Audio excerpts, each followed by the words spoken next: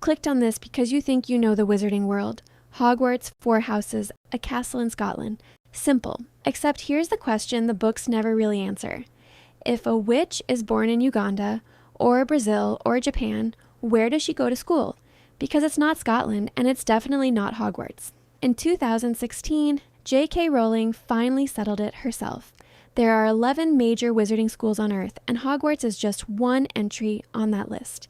She only ever gave us the details on 7 of them, though. The other 4 are a complete mystery, even now.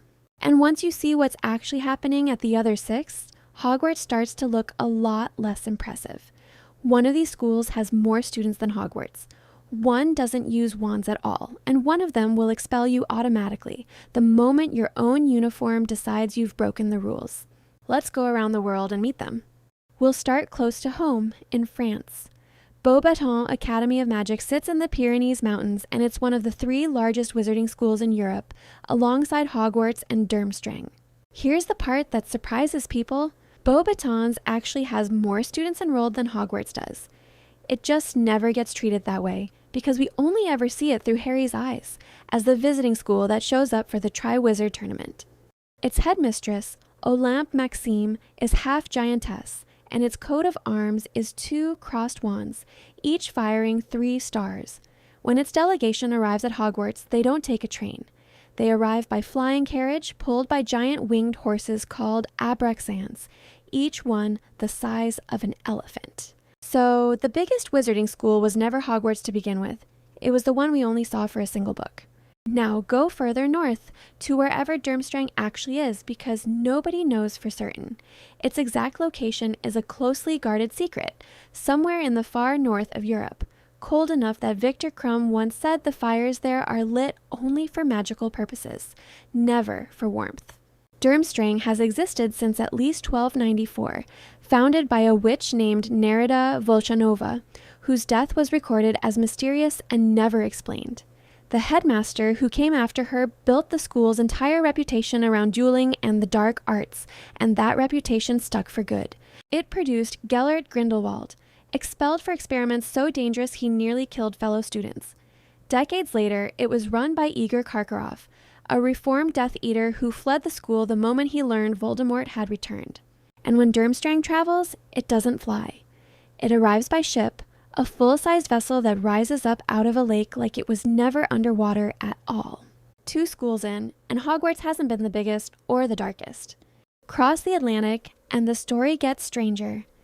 Ilvermorny, the wizarding school of North America, sits on Mount Greylock in Massachusetts. It's the only wizarding school in the world founded partly by someone with no magic at all. Its founder, Iseult Sayre, was an Irish witch who fled an abusive aunt, a woman related to the very same Gaunt family Voldemort came from.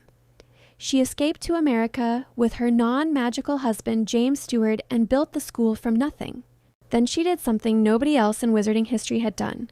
She buried the wand of Salazar Slytherin himself in the school grounds. A tree grew from it with genuine healing properties. Ilvermorny sorts its students into 4 houses too, but not named after people.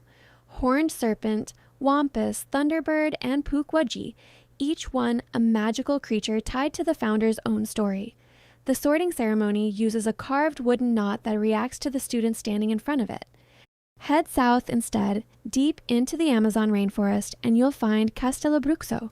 To any muggle who stumbles across it, it looks like crumbling ruins. To a witch or wizard, it's something else entirely, a towering structure carved from gold-colored stone. Its grounds are patrolled by small, furry, deeply mischievous spirit creatures called Kaipora, who protect the school and cause chaos in more or less equal measure. Because of where it sits, Castelobruxo produces some of the wizarding world's best herbology and magizoology students, people trained to work with magical plants and creatures most European wizards never encounter. One of its old students literally wrote the textbook Hogwarts uses in potions class. Libatius Borage, author of Advanced Potion Making, the very book Harry gets his hands on in year 6, went to school in the Amazon, not Scotland.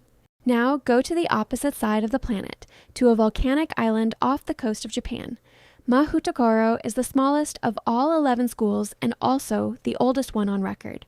Students start there at 7 years old, 4 years before Hogwarts even sends its first letter, and they don't arrive by train or carriage. They fly in on the backs of giant enchanted storm petrels, seabirds large enough to carry a child across open ocean. But here's the detail that should worry you.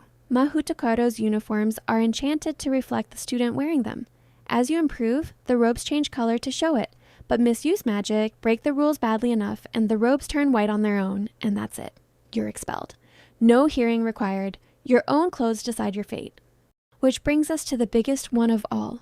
Uagadou, hidden in the mountains of the moon in Uganda, is the largest wizarding school on the entire planet, drawing students from across all of Africa.